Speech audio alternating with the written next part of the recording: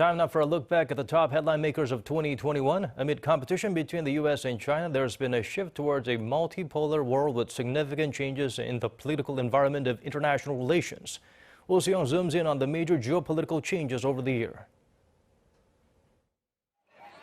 2021 marked the end of the era of Western liberalism that governed international affairs, signifying a shift to a more unpredictable, multipolar world.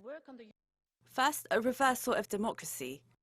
Less than a decade after Myanmar transitioned from a military junta to an elected government, progress towards a democratic society crumbled on the morning of February 1st.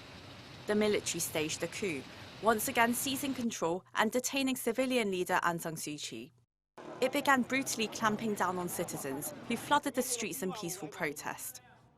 August saw another blow to democracy after US and NATO troops withdrew from Afghanistan.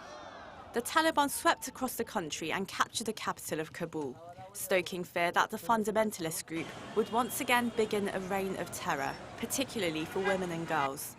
There are also concerns that ongoing internal clashes between militant groups will further harm the safety and human rights of the Afghan people. The last couple of years have been a terrible time for democracy. We look at the Freedom Index and see far more countries slipping back towards autocracy than actually moving towards democracy. Not helped at all by 4 years of Donald Trump, where the US just abdicated its global leadership. Both Afghanistan and Myanmar pose a risk of more authoritarian regimes and violent domestic conflict, opening the door to a new horizon of great uncertainty for the future of democracy. European politics is also undergoing seismic changes as German Chancellor Angela Merkel leaves office after 16 years. Considered the de facto leader of the European Union, Merkel leaves behind a legacy of pragmatic politics and moral leadership. With her guidance, the EU fared through several times of hardship, including the migration crisis, the global financial crisis, Brexit, and COVID-19. However, her departure leaves a leadership vacuum in the regional bloc, as well as unresolved issues, including the rule of law and economic imbalances that may undermine European unity.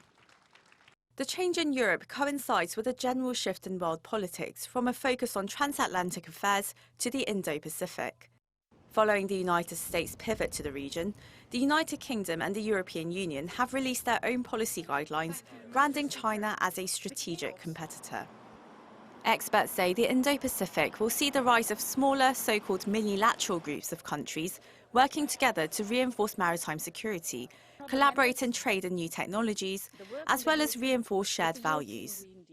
But once again, the growing rivalry between the global superpowers, the militarization of the South China Sea, and differences over human rights will create a precarious balance of competition and cooperation here in the Asia-Pacific. Soo-young, Arirang News.